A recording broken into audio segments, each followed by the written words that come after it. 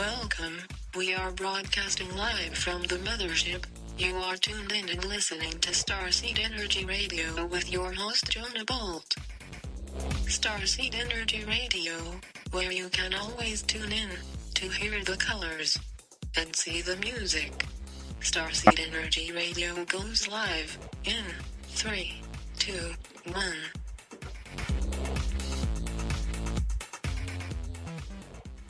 All right, what's up, Spaceship Earth? Thanks for tuning in.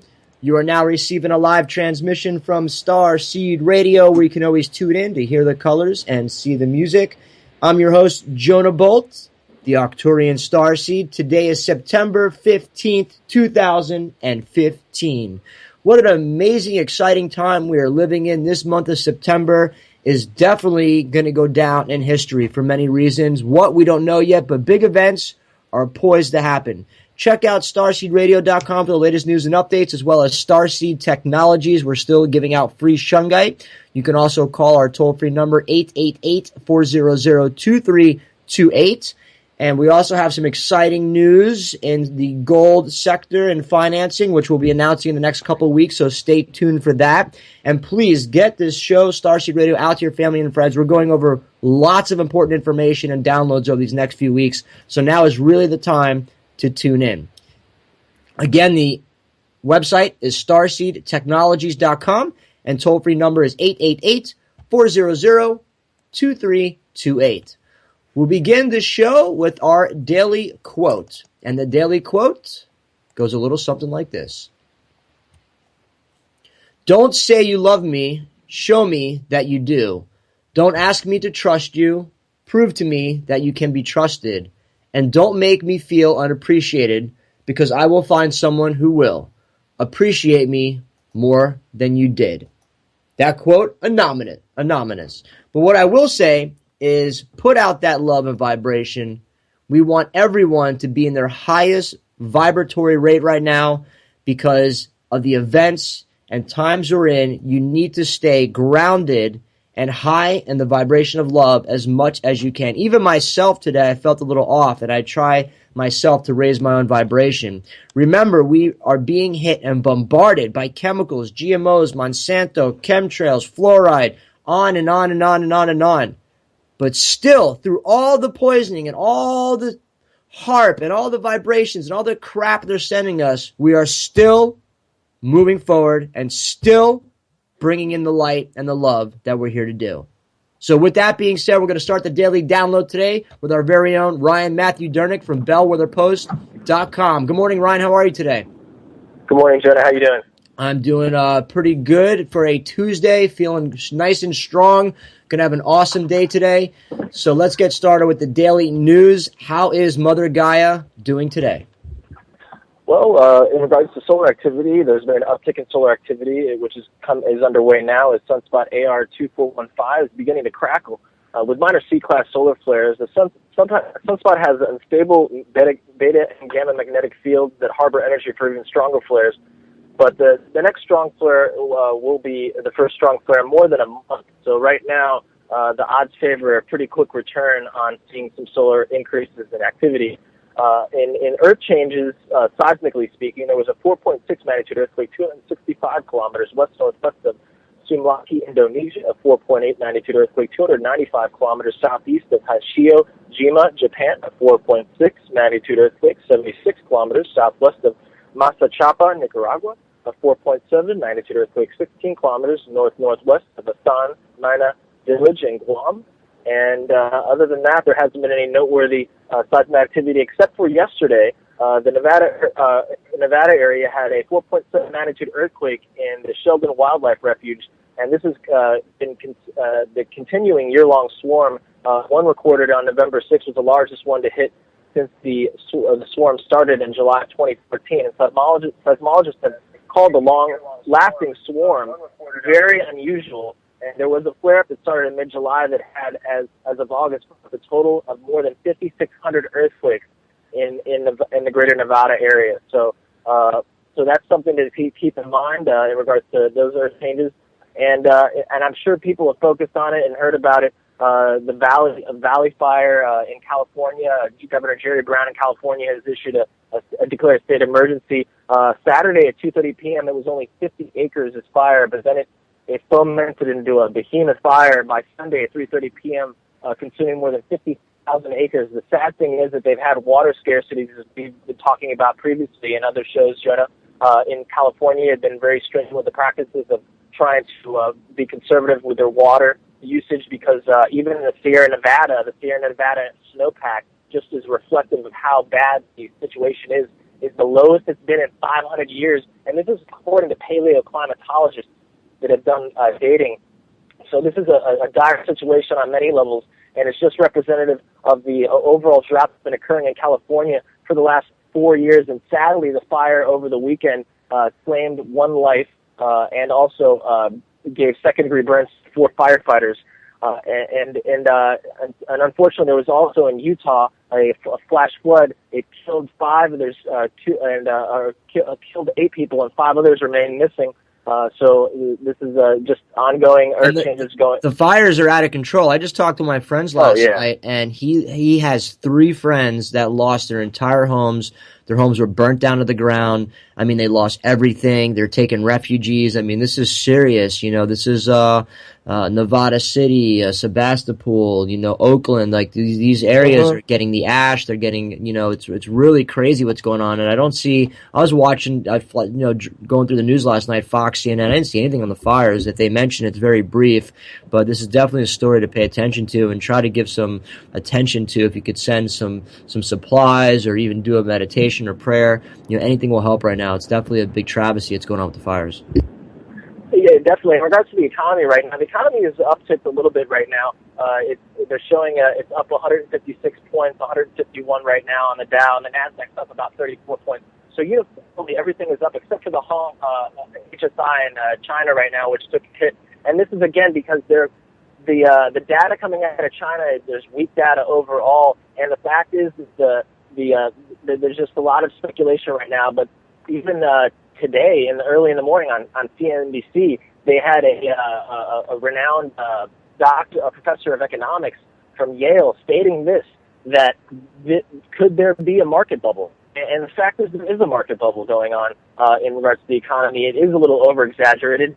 We've injected so much capital since the onset of the 2008 recession, and this has been done by the Federal Reserve. The other fears uniformly throughout global markets are the fact that the Federal Reserve is going to have its meeting on Thursday, and the fear is they're going to raise interest rates. They haven't done this again since 2006.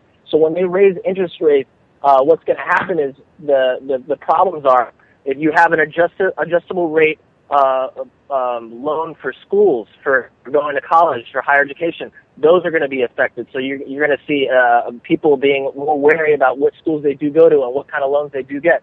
And the other problem is mortgage rates will increase, so housing markets will be affected. And so this also the third step is going to affect consumer. The consumer increase right now is I just think a calm before the storm, so to speak. People will definitely start tightening up, and right now energy and oil are gone up right now. They've popped, they're increasing, but on to other interesting goings on. Google is now the second time. Let's keep this in mind. Google just a couple weeks ago was found guilty of antitrust tactics in India. No, get out of here, no. Google. Come on. Yeah. Oh, the NSA spy hub? Imagine that. Imagine that. And they were found guilty now in Russia of abusing and using their dominance in marketing and taking advantage of and basically putting down hackers. So this is an ongoing issue not only in India but now in Russia. And so this is just showing how Google is very prolific in overstretching their boundaries. And now North Korea, on everything else that's going on in the world, the refugee crisis as well, with the clampdown now in Hungary, they blocked the borders up because the flood of refugees is just insurmountable right now. And actually, Syria is depleting. And since 4 years ago, when the civil war began, 250,000 people have died. And these aren't just Syrian refugees; these are Iraqi refugees. Oh yes, Iraqi refugees. I wonder why they're coming in. Well, because we really help to destabilize that area as well. Why did something happen in Iraq that we should be aware of, Ryan? Is there any? You remember the weapons of mass You mean we went destruction? over there with an army and just destabilized the whole region with uranium-rich bullets and ammunition? Exactly. Yeah. Oh, that country, Iraq. I forgot. Sorry. Please continue. Not that this is a laughing matter, but at this point, what else do we have to do but laugh? It's more of a laughter. It's just insane that we're even talking about certain issues because this is just showing botched foreign policies. And in regards to other dangerous goings on geopolitically, North Korea has warned the U.S. it is ready to use nuclear weapons. And its latest bout of saber rattling, North Korea said it's ready to use them. A statement by North Korea's state-run Central News Agency on Tuesday. I'm actually really sick of hearing about North Korea. I think that we just need to go in there and just help their people as a humanitarian project effort. And just free their country and just like decapitate the rest of them because they're just a waste of time and space and breath, to be honest, because they're a bunch of salvo-rattling people and they're totally the worst in human, everything, just treating of the way people are and feeding, and it's horrible what they're really doing to people. That's what I care about. The North Korea and the top, they're a bunch of followers. We really need to go and help the people. But the fear is, Jonah, that they're going to launch this. He said they're going to launch a peaceful satellite. It's a peaceful satellite. Probably going to have some ICBMs on that thing. And they reactivated their nuclear power plant for enriching uranium. So there's all signs that they're going for broke. And like you just said, the fear is, and that's exactly it, Ryan. The fear is. The fear is not. They want that, and that's why they keep bringing it up and reporting it. And this is also, again, while we're reporting it, pay attention to it. If you see something pop off or EMP attack, it may be North Korea. But let's come together and help the people of North Korea because they're the ones really being hurt now.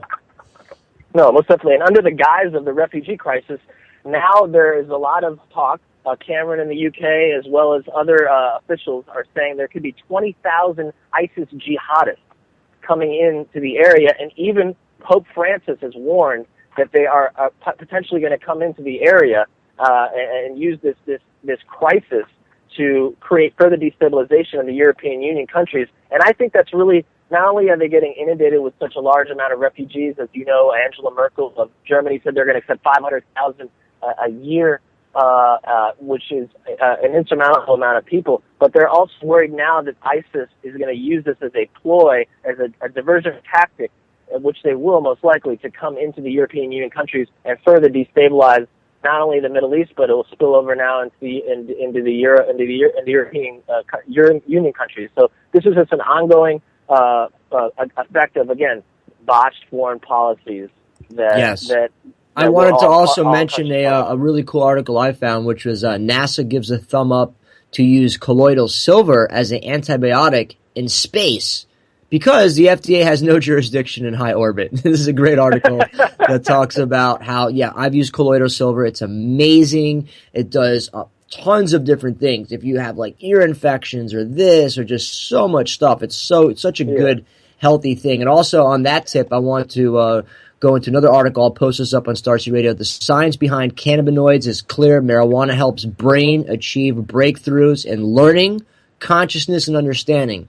I want to repeat that headline. Marijuana helps brain achieve breakthroughs in learning, consciousness, and understanding. For all the people out there that says, you're frying your brain cells, you're frying your... Okay. Anyways, great article. I'm going to post it up as well. And one last article I just want to mention. This is a big thing that's happening, and we've been talking about this one. This is Nestle continues pumping California dry to sell the public water for outrageous profits. So get this right. Nestle is using millions of gallons of a day of water, right, to fill up water bottles and then sell it to the people for a high markup in the shortages of water. And the state of California is not even doing anything. I mean, even though they're tapping all the natural springs. Even though the governor of California, Jerry Brown, basically said, we have to have restrictions and we have to have so we can actually keep our water. They're even having recycling ordinances where they're recycling toilet water, Jonah. Which is but don't tell that to Nestle because, Nestle's signed up and we have lobbyists and everything else. So I'm going to go ahead and jump on the Game of Thrones person today, right about now, Ryan. And I'm going to go with CEO Tim Brown of Nestle Waters, North America. He is the official Game of Thrones person of the day. Thank you for stealing all the water of the residents in California, Tim. Great job. Yeah, and actually, the fires in Middletown, the reason they couldn't stop those fires, guess what? They ran out of water at the hydrants. They had no water in the reserves. That's so, out of control. Maybe that doesn't stir people up, call Nestle, people. Let's do this. Call Nestle, write some letters, send some emails. It's out of control. Tim Brown, CEO, Game of Thrones person of the day. Call your local legislators. Complain about this in California and other places where they're transporting water. If you take away water from a watershed and you put it somewhere else, it's not coming back to that watershed. Okay.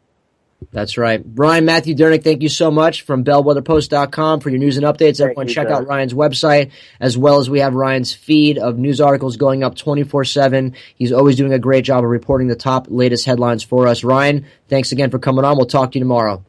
Always a pleasure. Thanks, Jonah. Absolutely. And with that, we're going to welcome our next guest.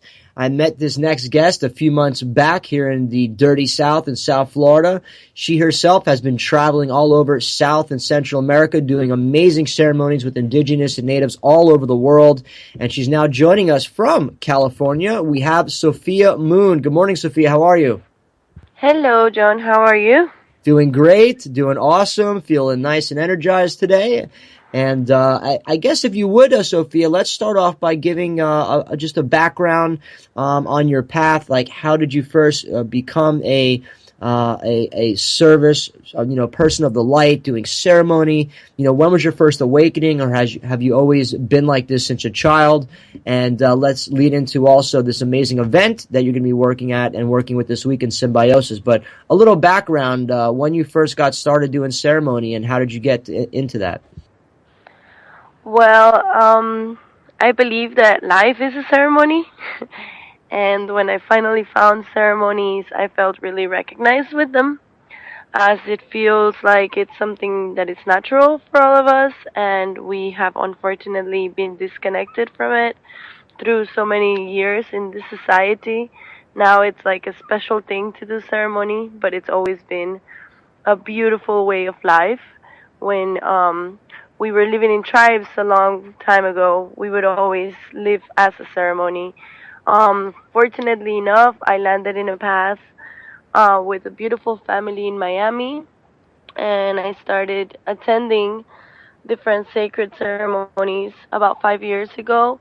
But besides that, I've always had this drive for helping humanity and saving the world.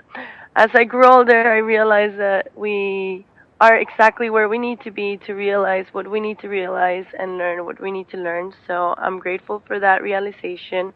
But I do believe that also part of that learning experience is to bring a little more awareness to how we are thinking and acting as human beings, and how much of a gift it is to be in this planet, in this life, in this human body, as the people that we are, and how we should not be taking advantage of that, how we should just be praising this gift and being grateful all the time for the opportunity to be alive in this body and to be alive in this earth. And when we reconnect with the cycles of the earth by giving thanks to everything that is, we are able to live in harmonious ways. So I feel like that's really what drives me, and it's been driven me since I was a little girl, just to go back to that state of consciousness where we could all just simply love each other and respect and honor all ways of life. So when you talk about ceremony, Sophia, a lot of people aren't familiar with sort of what ceremony is, the intent of it. Can you go a little bit into ceremonies? Like, I've practiced and done ceremonies with different Native Americans in Central America. It's very important for people to understand the meaning, the intent of ceremony, and why it's so important now. Could you go into a little bit of the meaning of it, why we should do it now, and the importance of ceremony? Well, for me, ceremony is a way of honoring all the elements, fire, earth, water, air, and also being able to work with them and give them thanks for living inside of us, not just in the earth, but they give us everything that we are. So if it wasn't for them, we wouldn't really be here. But really going to the source of things, Great Spirit, God, or how many know it as Jehovah, Jesus, Buddha, all these different ways of calling it. We call it Great Spirit, is a way of honoring and reconnecting to that source that we all are. And by honoring it and being grateful with it, we can work with it in a way that it's beneficial for everyone. And instead of it being give and take, we just all continuously are that light and feed from that light.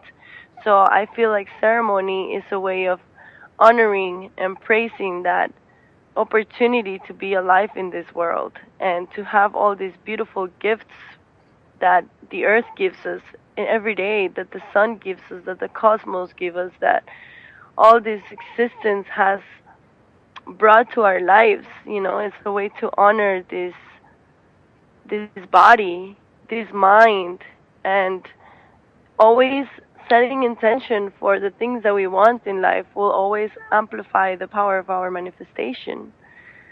So when we come together in unity in these ways and pray, we truly make an impact in the world.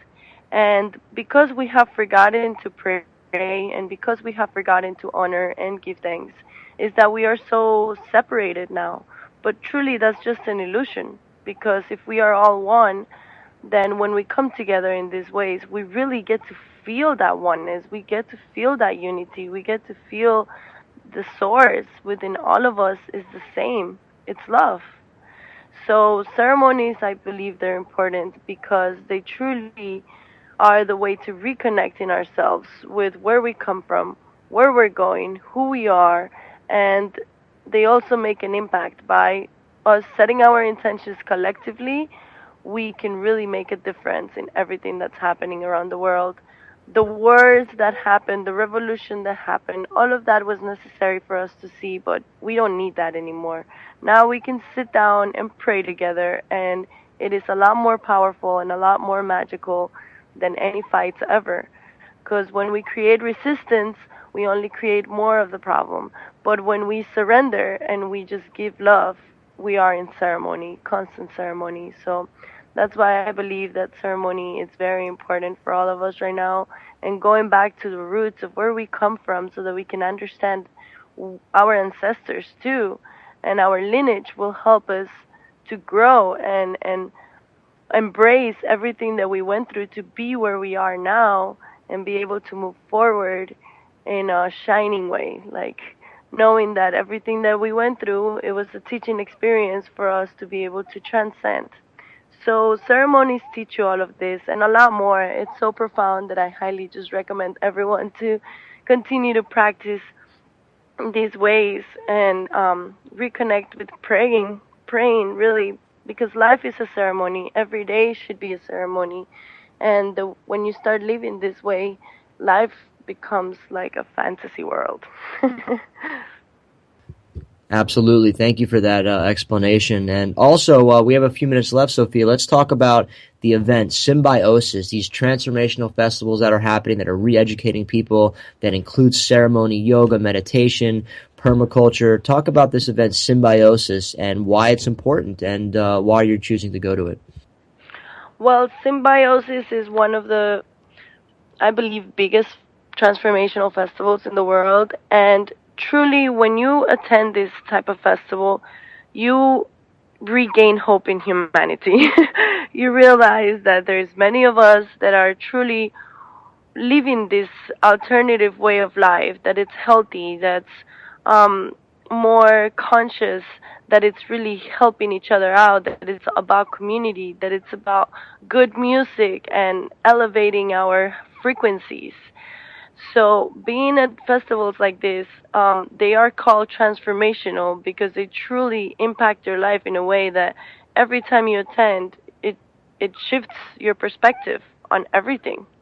And by incorporating ceremonies in these places, you're giving youth the opportunity to go back to that source. Like I keep mentioning that because it's like we have been so separated from where we truly are that these festivals are an open portal, an open door to be able to reconnect with all these different forms of life that are usually our nature.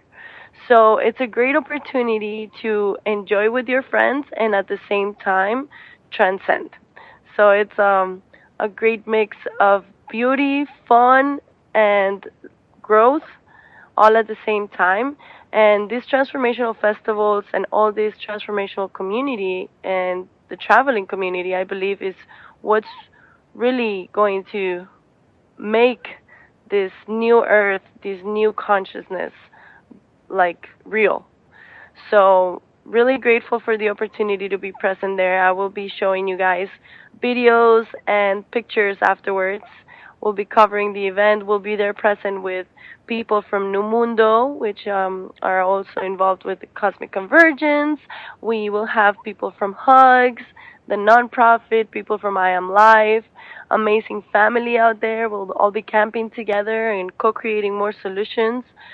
They also have right now, it's starting the permaculture and yoga course, which is called... And I just want to give out the website because we're about to go to commercial. It's symbiosis.com. And you can check out symbiosisgathering.com as well, and you can see all the information. And Sophia, we'd love to have you back on the show soon and talk more about ceremony and your plans for South America and some of your trips coming up. So thank you so much for coming on. Thank you for the opportunity. Yeah, thank you so much. And give our light and love to everyone at Symbiosis. Love you. I'm not looking for a friend. I'm looking for a Jedi Master. Jedi Master? Yoda. You seek Yoda. Yoda. Clear your mind of questions. You must unlearn what you have learned.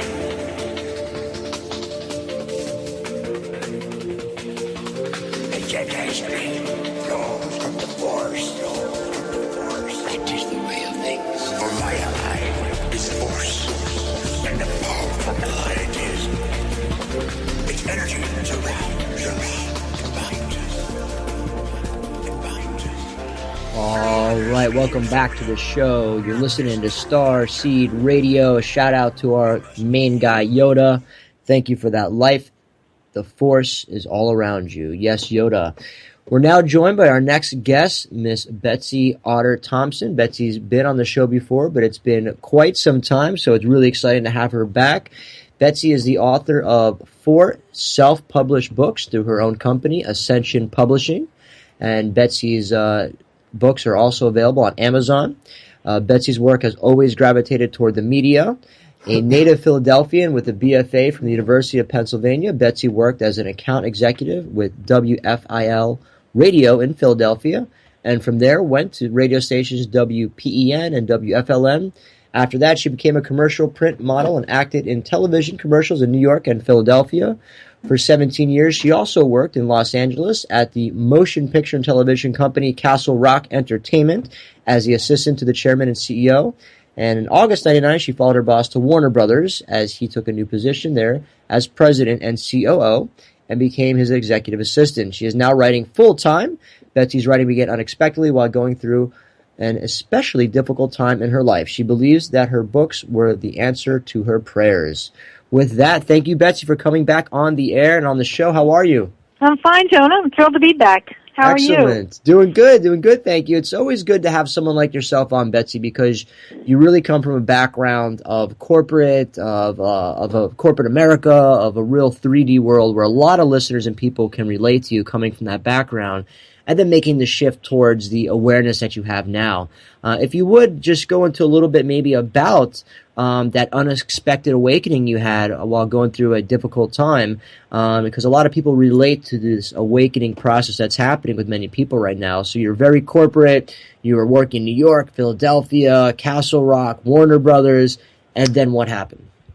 Well, actually, I was, before I got the job, you would say the corporate world, I was struggling to survive in Los Angeles in a one-room roach-infested apartment, and not really doing very well, and almost became homeless. And part of the problem of that was that I spent the first half of my life blaming everyone else for my problems, and it was always somebody else's fault that I was where I was. And at that point, I sort of felt like I couldn't get any lower. I had no expectations of a career. I had no resources. I decided that I would honor an early gift that I knew I had when I was 4, but I had abandoned because my sister had teased me so unmercifully about it, of being able to communicate with spirit. And so I started listening to the messages and writing them down. And I remember saying that I wanted to honor the gift. I want to take responsibility for the fact that I have it, but I need a job to support me while I do it. And 3 weeks later, I had that job that supported me so beautifully for the next 18 years. And then I made enough money to be able to retire. So it was like a miracle. I learned so much in the job about taking responsibility and more about exactly what my attitude had been before as opposed to what it was now about taking responsibility. And then the books followed. But I have to tell you that I think that it doesn't matter if you're in the corporate world or you're in the spiritual world or wherever you are. It's the attitude you bring with you that creates the world around you. And so I would never say that I lived in a world of corporate greed, because the people I worked with were wonderful people, and I was really grateful to have them in my life. So since that wake up, that experience, and all those experiences, you then went into writing, and that was actually. Well, I wrote while I was working. I wrote the whole time I would go to work. I would work my day, sometimes a very long day, and I would come home and I would write at night. And I did that for 18 years. And that's why I say, people say, well, I have a gift, I have a spiritual gift, but it doesn't support me. I always say, go get a job. Go get a job to support your spiritual gift so that you can feel at peace and you're supporting yourself while you work on the other part of your life. Yes, it's so important. You said that, Betsy. I even am guilty of that myself, where I get all, passion and worked up to focus on what I feel is my mission, but then at the same time you have to still stay grounded out and do work and do in the 3D world. Like, I'm selling cell phones right now during the day to do what I do, and this is after all, we come here into a material world where we have to support our bodies and nourish our bodies and earn a living. There's nothing to be ashamed about that. That doesn't mean you can't do everything else you love to do at the same time. Absolutely, and obviously, I'm guessing that these writing you're doing, these books that you're writing, are coming from a higher source. Where do you think the intent, the flow of it is coming from? Well, it's coming from spirit, because I can't articulate these ideas without that inspiration. And I don't, I think that we all have the ability to communicate with spirit. It just comes out in different ways. For some people it comes out and they are wonderful painters, or some people are wonderful musicians. It can come out for everyone, because it's just the way you express yourself in life. And I think that I came here to do what I'm doing, and I think that the first half of my life didn't work too well because I refused to honor this gift. And it's as if, before you come here, you decide to come, and you decide that you're coming for a reason. I don't think we come here willy-nilly. So I had this reason I came to honor this gift, and until I did, my life was showing me that I wasn't making very good choices. And after I honored the gift, and everything just seemed to fall into place. I felt like after I said this, this prayer, that I wanted to do this, but I had to live, I had to eat. And it was almost as if the universe said, well, if you're ready, we're ready, and here we go. And after that, the universe just came in with everything I needed. As long as I was being who I was, as long as I was being my authentic self, the person I came here to be. Excellent. Beautiful. Thank you for that, Betsy. And now let's jump into your newest book, LOVEHUMAN book, which is where you came from and where you are going, your newest publication. The book is about where you come from, where you're going, and why you are here. So let's dive into, how did this name topic come up with you? How did it come about? And tell us a little bit about what people can find out when they read this book. Well, it's when people ask me that question, it's so weird that I have to answer it the way I do, because when I sit down to write, I never know what's going to happen. I never know. Before I wrote Love Human, I just sat down to see what would come through me, and I had no idea what it would be called, what the chapters would be, what the book would even be about. And so it all sort of evolved gradually, one step at a time. And it's a book basically about embracing the world as it is, and the people around us as they are, and loving whatever that is, not because we live in a perfect world, which we absolutely do not live in a perfect world, but because as we love and accept life as it is, love and acceptance grow.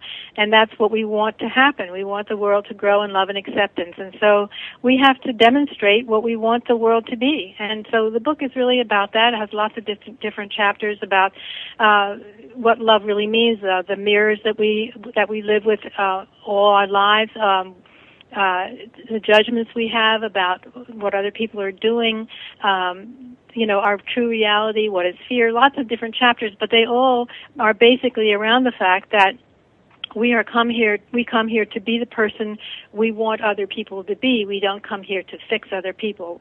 They are the way they need to be. We are the way we need to be. It's such a refreshing outlook, and I feel the same way, although it's hard for me to practice that sometimes when ego and judgment come into play. When you look at every situation is the way it's supposed to be, interfere only so much, because no matter what you really do, the divine plan is going to happen. So when you have a book like this that you publish, are there tools in there for people to sort of help navigate through life without ego, without judgment? What are some of the aspects that the book points out that people can learn from? Well, I can only talk about my own life, but the book is, I think every chapter has something wonderful that can help people to live as they hope other people will live.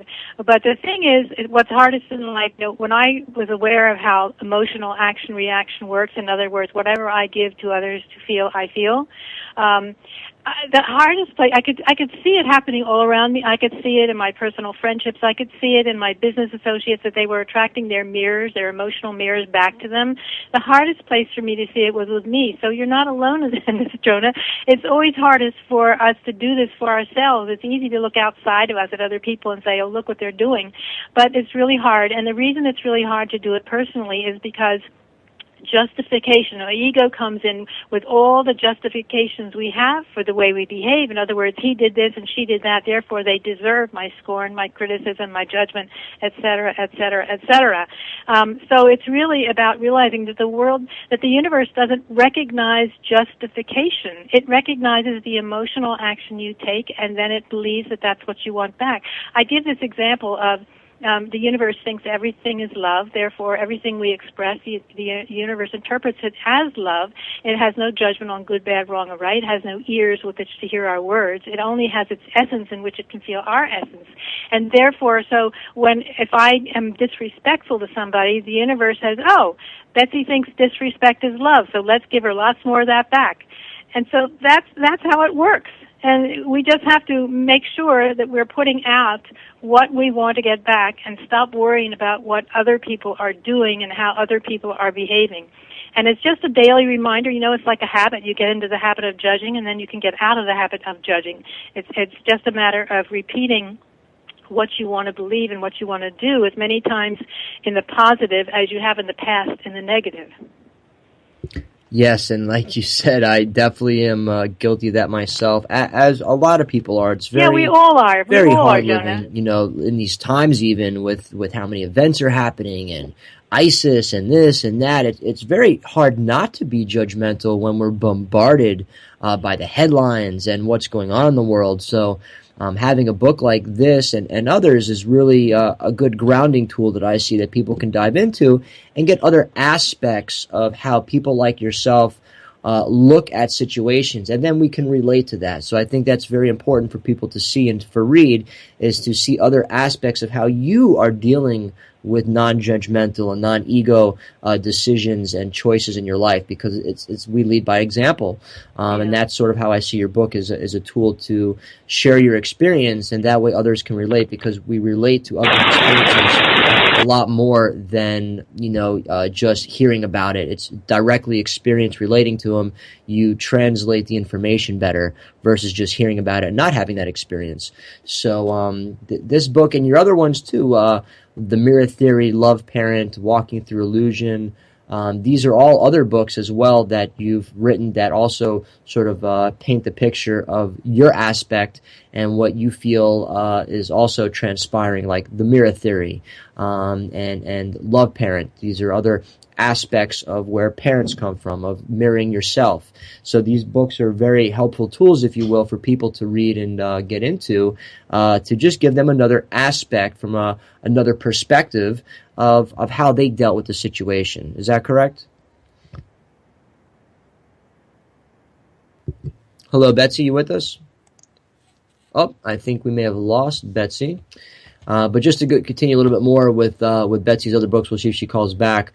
The Mirror Theory, which I was just mentioning, The Way to Inner Peace, Resolution, and Transformation by Betsy Otter Thompson. This book that she has is pretty interesting. I believe she was on the show a few years ago talking about it. The Mirror Theory posits that Jesus had siblings and talks about the relationships with him. This a verse personal grow. As the story unfolds, a theory emerges which says that everyone we encounter is an emotional mirror of love, or the lack of love we express. That's her book, The Mirror Theory, The Way to Inner Peace, Resolution, and Transformation. That book also, I think, speaks to her other ones and is really a guide, if you will, to just mirror and see things and information from another aspect. You have Walking Through Illusion, LOVEHUMAN, and now her newest book. So all of these ways, I believe, are good tools to have and to read to see things from another perspective. So with that, let's see if we can get, Betsy back on the line. It doesn't look like she is. Maybe she'll call back. It sounded like she got cut or she lost power from where she's at. So anyways, we'll wait if Betsy does come back and does call into the show. But in the meantime, I'll give you a little bit more information about her book and where it can be found. If you go to Amazon.com, you can type in Betsy Otter Thompson. The name of the book is LOVEHUMAN. It offers valuable guidance regarding how to find comfort in a world where uncomfortable things happen. It answers questions regarding where you come from, where you are going, and why you are here. Very important questions. The message helps us embrace the world as it is and the people around us as they say, and love whether it is not. Not because it's a perfect world, not because as we love and accept life as it is, love and acceptance grow. Of course, you can go to Amazon, like I said, .com and get that book. Her other books as well, Walking Through Illusion. I remember her sending me that book a while back. That's also another good one. I haven't personally read it, but I have it. I'm not a big book reader to begin with, but The Mirror Theory is also a cool one that I read over. Just the caption of what the book is about. So I would recommend that one for The Mirror Theory, which is what you were just talking about reflecting on self. Everyone that comes into our space is a reflection on self. Very, very good perspective to grow into and have. It's something I'm working on myself, encountering so many people on a daily basis like I do. So it's very interesting way to look at things. Everyone that comes into your life is an aspect of either love or not having love. Try taking that on for a day or so and see how you feel with looking at that aspect into your daily life, going to work, dealing with a boss you don't agree with, talking to one of your friends and having one of their friends come over and you disagree about something or you're not, into it. So these ways are just really important different aspects, like she said, to look at life and to help navigate through these times. We have all these different changes and different things happening. So let's see. We don't have Betsy calling in. Let's see if we can get her back on the line. I'm not sure where she is coming from. Let's see if we can get her back. And we'll give Betsy a call back. Sounded like she got cut. And let's see if she is with us. Hello. Betsy, you're back with us. Okay. We got disconnected. All of a sudden, there was a dial tone. Yeah, so I was just going a little bit into your other books, The Mirror Theory, and mentioning your books on Amazon, and how your book, Walking Through Illusion, The Mirror Theory, and all of them really are really good blueprints and guides to looking at different aspects of yourself and accepting everything as a mirror into yourself. And what a hard transition it is for many people coming from such a world bombarded by so many stories and ego and materialism and things like that. Yes. What are some other aspects in your new book that you can point out that you feel would be very helpful? Any certain chapters or parts in the book that you can point out for readers of what they can, expect to read, or maybe some tools for them that they might have other perspectives on that they can use in their everyday life? Well, I believe that everything in the material world, everything we see with our eyes, is a mirror of. And it's a mirror that is helpful to us, and we attract the mirrors that tell us something about ourselves. And in this way, even our bodies are a mirror of what is going on in our mind. And so I think of our bodies as being the best friend we have, and that they tell us on a daily basis what is going on in our mind by what they are manifesting for us to experience. And I think that that healing starts in the mind, and if you can heal the mind of the dis-ease that it is experiencing or that it is feeling, then the body will get rid of the dis-ease in the body, because it's only a reflection of what you are feeling. In fact, I have done this for myself. For instance, when I came home from California and I had to face all my family issues again and deal with the family and all the things that had gone on before, I was like, for the first 3 months I was here, I was festering and worrying and having grudges and resentment against all the unfair ways that I thought my family had treated me for the decisions I had made. And after about 3 months, I developed a lump in my back, and I went to the doctor.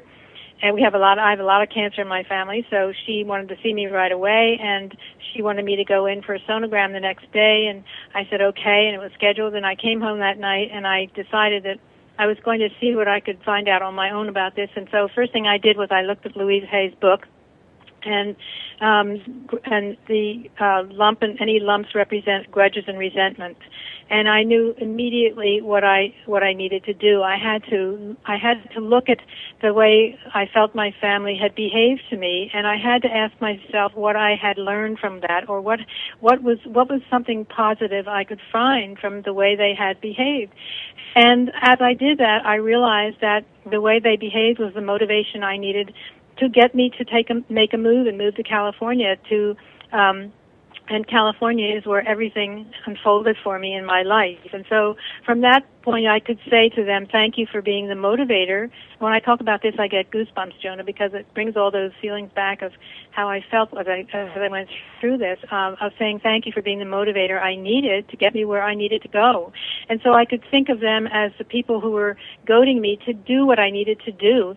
And I did a very deep meditation that night and felt that I was releasing a lot of stuff, and I felt really good about it, and had these visions in my meditation of the cycle turning back to the way it needed to be, this circle of, rotating, and these like melons rolling out of my body. It was an amazing thing. And so I went in for the sonogram the next day, and the doctor called me in the afternoon, and she said, well, it didn't show up on the sonogram, so I want you to go in for more tests. And I said, well, I want to come in and talk to you and tell you what happened to me before I do that. So I went in, and she saw me that afternoon, and there was no lump. And so I just told her, I said, I told myself when I came home from California I was never going to have a doctor again that I couldn't tell the truth of what was happening to me. And so the lump was gone. And so it was almost like the body said, oh, she gets it. No reason for the lump, she gets it. And just like that. Just like that, it was a spontaneous healing.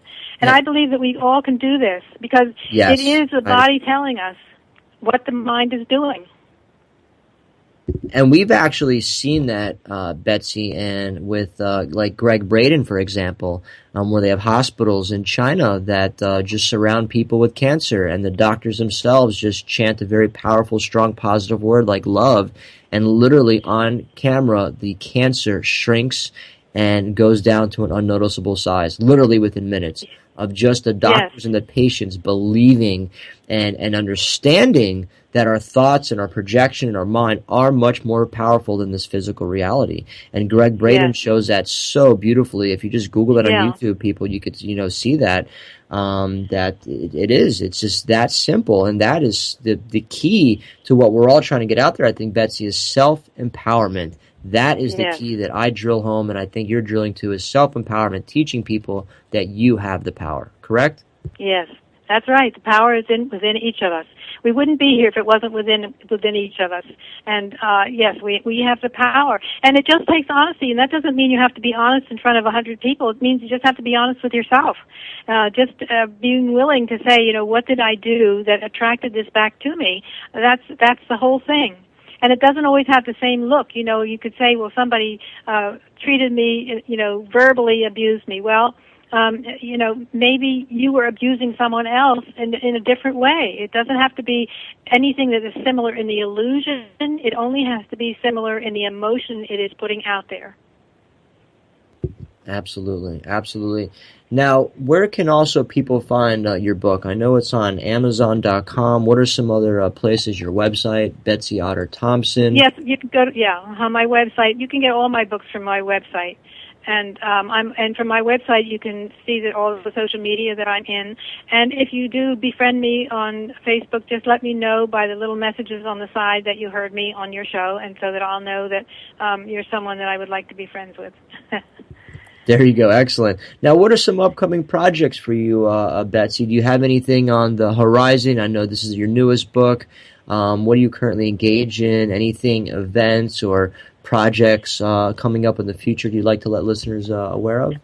Oh, yes, I'm always working on something. I'm working on my next book, which is called Make Your Thoughts Delicious. Wait a minute. It's called You Are What You Think, Make Your Thoughts Delicious. And excellent. I'm also going out and doing expos locally around where I live. I live in Pennsylvania, so I'm going out and doing expos and I do tarot card readings, and so I'm doing that and selling my books and having fun with that. So I'm doing what I'm able to do and what I enjoy doing, and I'm always writing something. So I'm always writing my next book or my next pamphlet or my next something. Excellent. That's good. Always staying engaged with what your mission is, what you express, which is writing these books, a good guide for people to see your perspective on different situations and in own reflect on themselves and have that mirror theory to reflect back, because really that is what's happening. It's a hard concept for people to understand. I still am learning it myself. Every person in your life is a mirror back to you. Every situation in your life is a mirror back to you. What can you learn from that? What can you change in your life to get that better response back? Well, it's really within yourself. So yes, and it's a great gift. It's a great gift. I think we created a world in which we would always have this mirror, so that we would always be able to chart our progress and know how we're getting along, and know how we need to rethink what we're putting out there. Excellent. Well, Betsy, thank you so much, as always, for coming on the show, and we'll definitely have you back on when your new book is out. And definitely, everyone check out, please, Betsy's website. It's betsythompson.com, and she has 5 books now total, correct? So you had 4, this is your 5th. 5 books. 5 books total, and she's working on her new book, which will be coming out. And Betsy, any last messages or anything you want to say to the listeners out there? Yeah, I'd like to say that peace is a state of mind, and after it's found in thought, it manifests in matter. Great. Thank you so much for that, Betsy Otter Thompson. You're listening to Starseed Radio.